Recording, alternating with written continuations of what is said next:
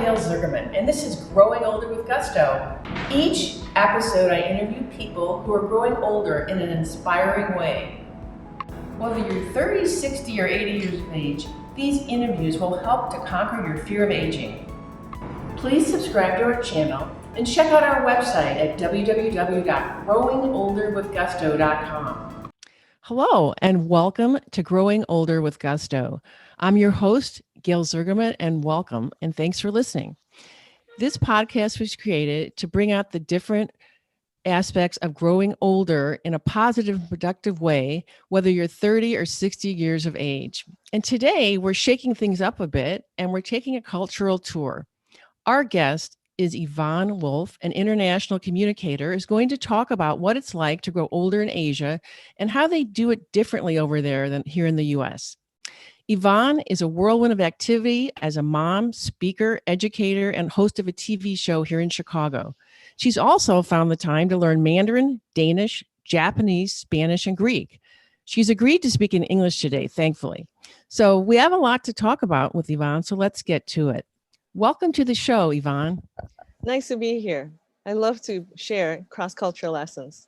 And we can't wait to hear what you have to say. So I know that when we chatted, you mentioned that a lot of people who've never traveled to Asia don't always have a clear sense of where Eastern Asia is exactly. So could you explain that to our listeners? I love to, Gail. Asia covers practically half of the planet. So I like to just zoom in on East Asia, which is about 1/8 of this planet. And East Asia includes majorly the China, Korea, Japan that we often hear about. And there are 6 Chinese-speaking countries. That includes China, Hong Kong, Macau, Singapore, Malaysia, and Taiwan. So China is by far one of the oldest surviving civilizations, and many of its cultural beliefs, its calendar, like the lunar calendar, is used all over East Asia. And Korea and Vietnam were part of the expansive, huge Chinese empire once. So many times what they practice in their countries is very much a traditional Chinese belief. Interesting. Tell us about the East Asian philosophy of aging. Well, this is going to be a little longer because there are 2 major thoughts under this East Asian philosophy of growing older.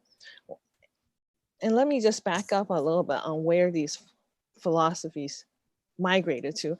The Silk Roads were active for over 2,000 years. Now, besides the land route, there was a far more expansive sea route. And the countries who heavily traded with the Chinese stretched all over Southeast Asia. So that includes Laos and Thailand and Indonesia, Philippines. And so these international zones not only traded silk, porcelain, tea, but ideas. And Gail, these ideas were so important because religions like Islam and Buddhism and philosophies like Confucianism and Taoism went all over the place. So these countries that were strongly influenced by Confucius, as their business and social interactions were shaped by Confucius thinking, legal systems are found on Confucius beliefs. So to touch just lightly on growing older, Taoist beliefs are nature-based. That means it was based on the order of the universe. Yin and Yang, maybe you've heard of that. Sure. Right? It represents the energy of the moon and the sun. So energy associated with the sun are warmth, activity, and stamina. Energies associated with the moon is coolness, gentleness, and flowing energy. So yin is also associated with youth, and yang is associated with old age. So, and I like to just it's interesting. I always thought of I knew they were energy forces, and I always thought yin was slow and yang was active. That was all I knew about yin and yang from yoga, but that's really interesting. Yes, and that's sometimes when the West explains yin and yang, they just say, oh, it's this harmony, and sounds so vague and very murky. But in East Asian beliefs, it's very concrete. The things we see, shadows is the yin, the sunlight, the sunshine is yang. Very good. Very good. So you mentioned to me in our conversation earlier that the people that comprise the countries of Eastern Asia, they seem to walk and do yoga a lot. So what is their view overall on exercise? Well, since we started with yin and yang, let's think about what are they concretely, for the East Asian perspective. So, and sometimes this is so much in the East Asian language, in their subconscious, that a lot of people can't tell you exactly what they see is what they really see. So, for example, the view on exercise is that motion, like you say, motion is yang. Now, I've heard from your guests, other guests, they talk about exercise as a very important part of life, and they're such positive advocates of exercise. Well, in the East Asian thinking, yang is motion and yin is stagnation. So if you're going to, when as we age, we need to move. We because it's just a natural process of aging that we will feel pain and joint problems and stiffness in general. So to counterbalance that, you must move. And the other side is that as we grow older, maybe you have experienced this too, but you feel cold or this general just stiffer. And that idea is to counter that is by warming up, doing exercise. It doesn't have to be vigorous. So you will see far fewer marathon runners in the East Asian world. Interesting. That, in the 70, 80-year-old category, there are, but much fewer. But then you will see a lot more commonly in parks where groups of men or women are doing Tai Chi together. I was going to ask about that. Men and women, right? Doing line dancing. Line dancing is hugely popular in Asia. And you kind of wonder, wow, do they have something to do with the American South? No, they just like this idea of doing exercise together. How does exercise change over there from somebody, let's say, who's 50 to somebody who's 80? Are their thoughts different as they get older? Or they do the same type of exercise? Or well, the one principle that's very much pervasive is that whether you're 50 or 80, you must move. You must get moving, going. And one of that maybe where it's different in East Asia is that in the West, we tend to think of everything as individual. Well, if you're getting older, you sign up for a class by yourself, or it's up to you. You take care of your health by yourself. You see this idea. It's all on personal initiative motivation. But in East Asia, you will see that as a group, your peers, 80-year-old people would invite you, someone who's younger, to join their so it's intergenerational. Oh, yes, Oh, that's definitely wonderful. and they will invite you as a group, and you will be more of a person to say yes or no to that lifestyle rather than you have to pursue it yourself on your own. You see what I mean? I And do. that as a collective, I mean, that's really a big difference. I mean, I find it very hard to go jogging this morning. I thought it was just too hard. I don't want to do it. Yeah. But if somebody, called you up and join the group, waiting right? for you, yeah, Right. or why aren't you at the park? We're here. Right. Or get a text. I will go. And there's another thing that I can share with you. Just a little story. My mother told me that she saw on TV that the Taiwan equivalent to the Surgeon General appeared at senior centers. And he was on this talk on the circuit, and he went around talking to seniors about how important taking their health is to the nation. He went and commended them that if you keep yourself healthy, you keep up these walking clubs, you are saving our country a huge budget. And I thought that was a very nice gesture. Is nice. Yeah, nice gesture, nice kind of smart support, national recognition for the seniors that they're doing something positive, on Right. the national budget rather than, oh, you're costing us money. So Exactly. Exactly. Okay. So let's talk about the M word. Asian women generally report low rates of physical and psychological symptoms related to menopause, much lower than women in Western countries. So, what's the real story? What's the scoop here, Yvonne? Is this really well, true?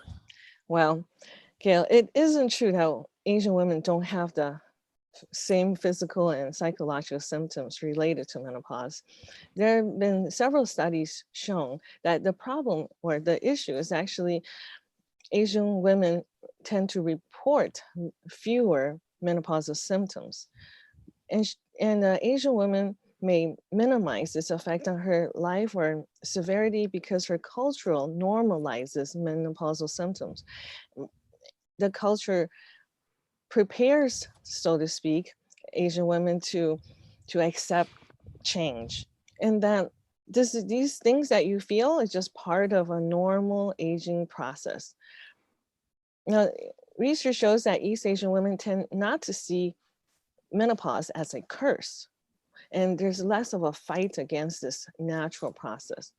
So what that means is that I remember my aunt coming over to my house one evening and when I was younger, and she was crying, and she's married to my uncle, and she had been very angry with him. And my mother was just so comforting, and she said, do you think it could be the change?" Um, and my aunt was shocked, and she said, "I'm still so young." And and my mother really just welcomed her to this, "Hey, I think you're a grandmother now, and this is it's a nice club to be part of." Interesting. Was your mother part of the club too at that point, or? I believe so, yes. Okay. But my mother, she is not someone who tracks, right? She will say, "Oh, around that time was working a lot." Yeah. So again, not really talking about this, the very maybe the negative part of the symptoms and the problems of it, but talking about it as a natural process of life. There's It, another element that sometimes helps is that Chinese traditional medicine, mhm. they offer certain teas, or they would encourage women to drink boiled ginger water. And this is our go-to instead of aspirin. It's a pain reliever, and it's very, you can drink a whole day of it and will never Wow. overdose on that. And then this idea, I guess, I don't know, again, I don't know how medically supported it is, but I have read, though, that the powerful placebo effect cannot be underestimated. Tell us about that. What do Well, you mean? What do you mean exactly? I mean that people tend to, well, in Chinese herbal medicine, there's so many things that's already, I guess, we're accepted culturally. We accept ginger water, right? Ginger tea as a form of pain relief. And we is such well established as far as culturally that whether it really works, we don't know, but it does work if our psychology accepts it. Mhm. Interesting. Sort of your own herd immunity in a small way. Well, and I recently, actually, I heard on Science Friday that a powerful placebo effect is just really amazing. And it doesn't matter that it's has nothing to do with curing it, but people have actually felt better by using one simple, harmless, maybe something like ginger tea, and Well, they look, just felt better. I wanted to ask you again, what is the truth about the the Asian diet helping? You mentioned Oh, teas and everything, but what's the yes. truth that the Asian diet may lessen menopausal symptoms? Wow, that's interesting. I recently also read, Gail, that soy intake and the low fat diet can really change this menopausal symptoms or the way you combat it.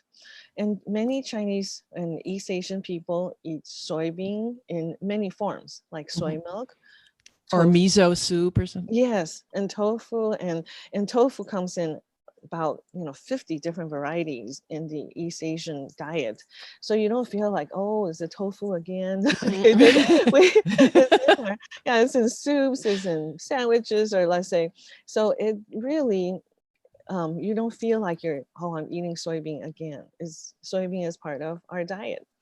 And there's some talk about that, or that it mimics estrogen, that it could help ease those menopausal symptoms. And there's also, we do have this general decline in our interest in meat. I feel that when I live with teenagers and I can see how much they eat when there's some meat on the table, I feel a little bad, but I don't feel the same. So they don't eat as much. They don't eat meat. Is that it, or Well, no, they don't eat as much. They don't much? just, yeah. So Yeah. they go with the flow. I mean, there's minced meat in a lot of Asian foods. So I wouldn't say that you have to go vegan, but it's No. just Yeah. I kind of go with the flow of, if you don't feel like a big old burger, well, you can eat something lighter.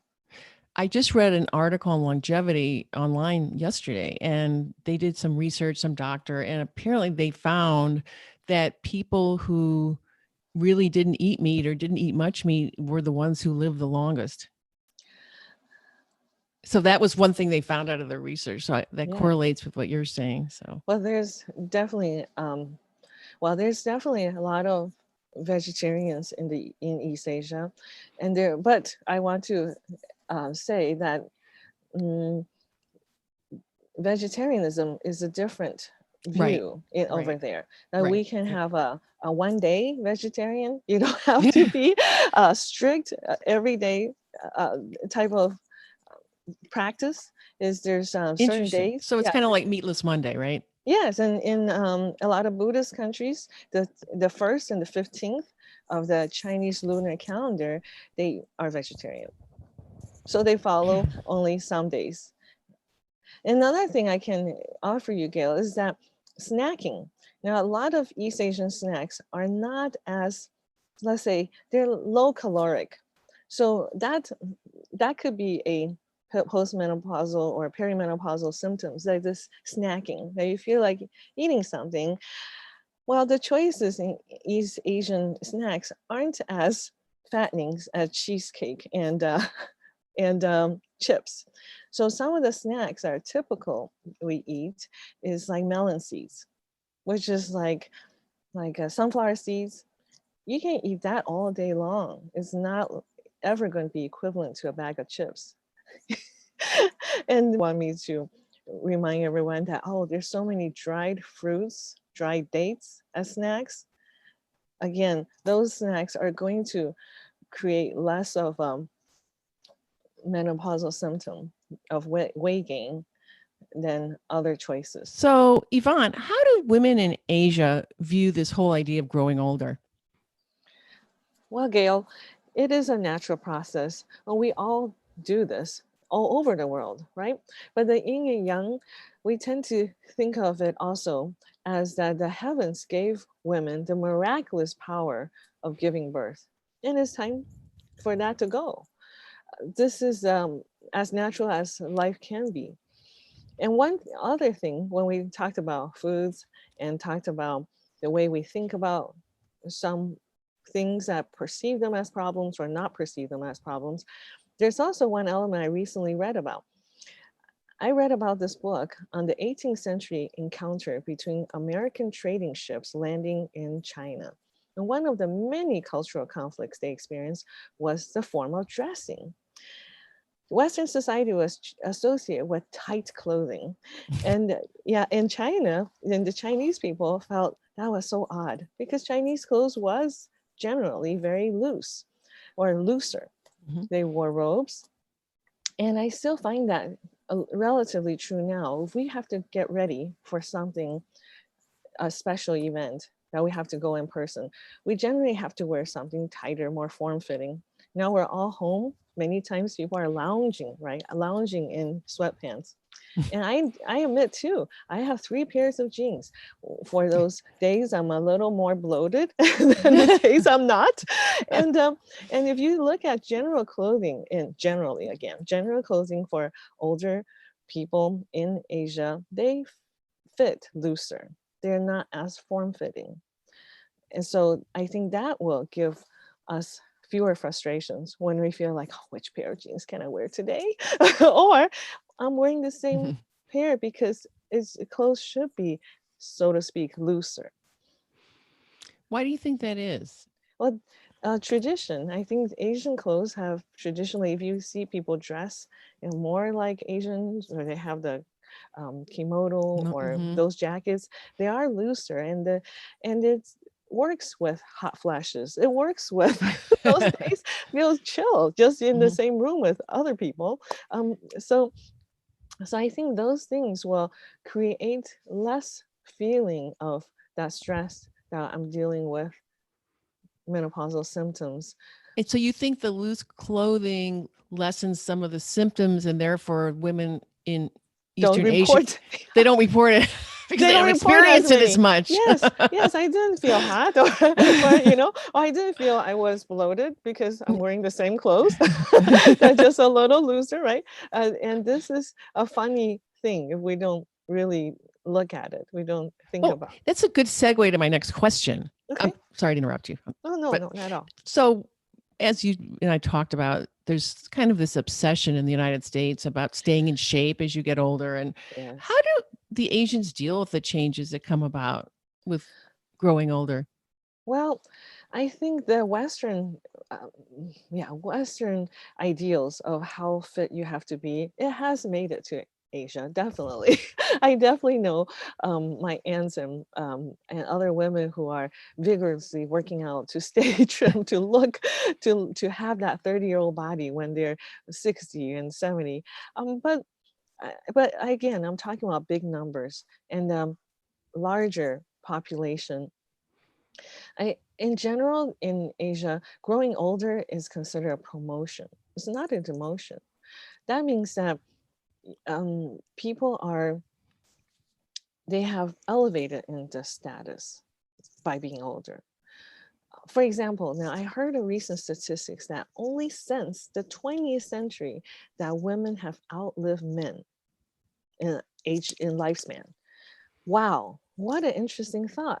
But then I look at all the stories and the lores and the family traditions we have, I find that I think there's a lot of matriarchal positions centuries old in Asia.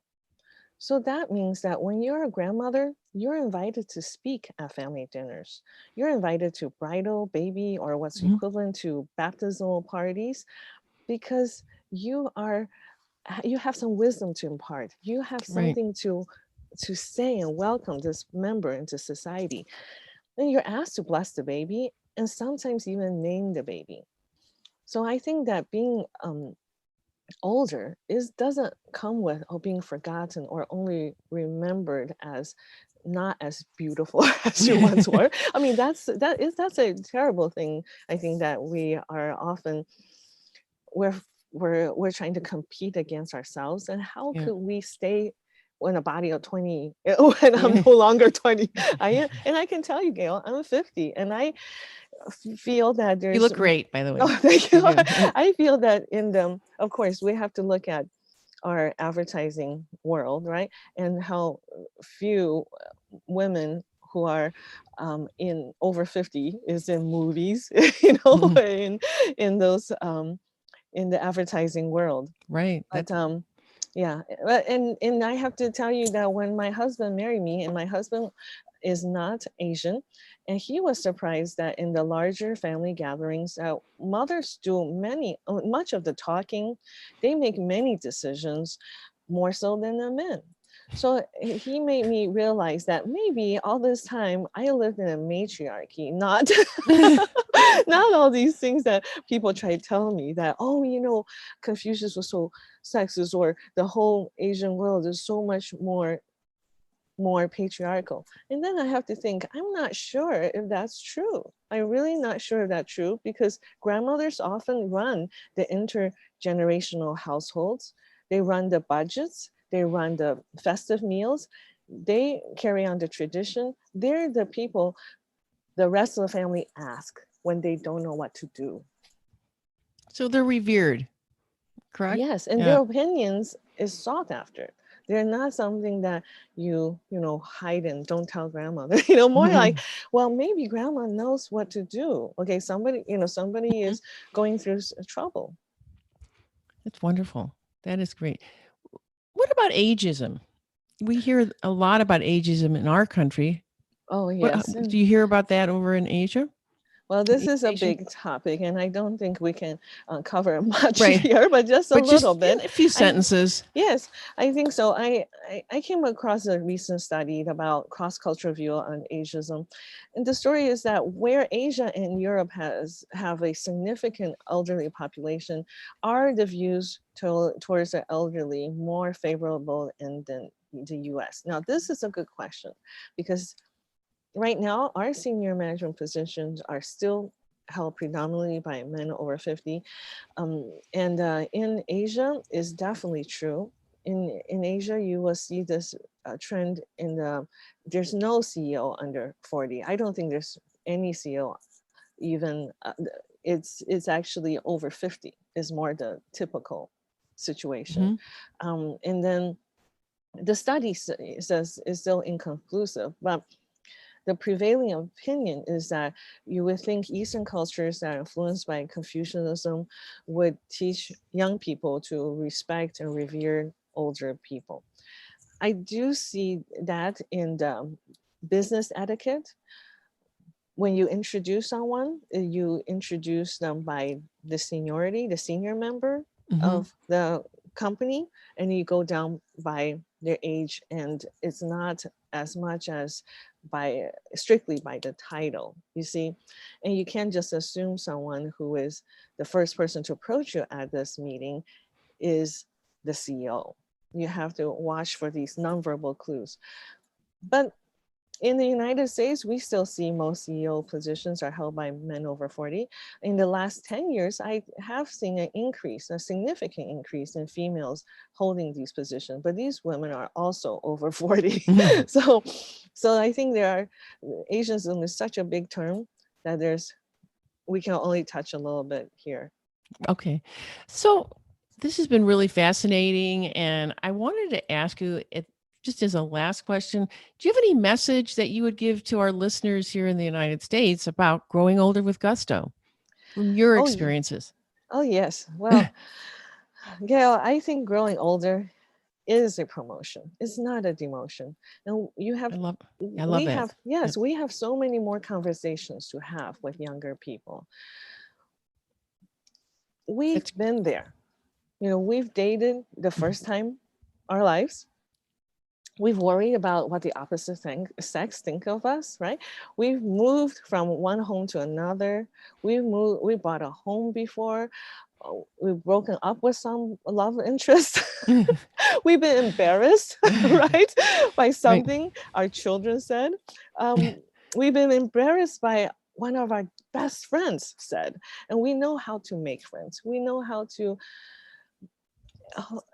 repair relationships. Now, those are all things that give younger people the confidence to deal whatever they're dealing with. And That's we great. have, yeah, and I And, find that the older that I become, it's easier for me to chat up with somebody I don't know. And I remember when I was a teenager, I was like, oh no, I could not say anything. I don't want to embarrass myself, right? so you've evolved and you can give wisdom yourself, which is great. We all can. Yeah, We all that's can. great.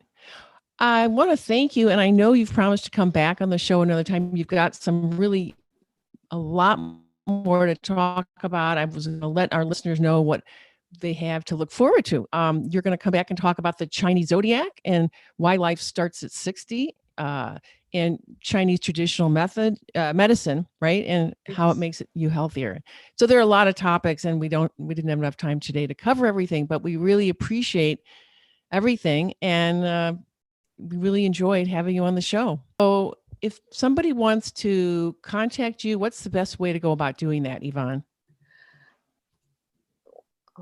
You can look me up as Yvonne Wolf on LinkedIn. You can also look for www.ChineseIntercultural.com. That's my website. Great. Thank you very much. Thank you, Gail. I look forward to coming back.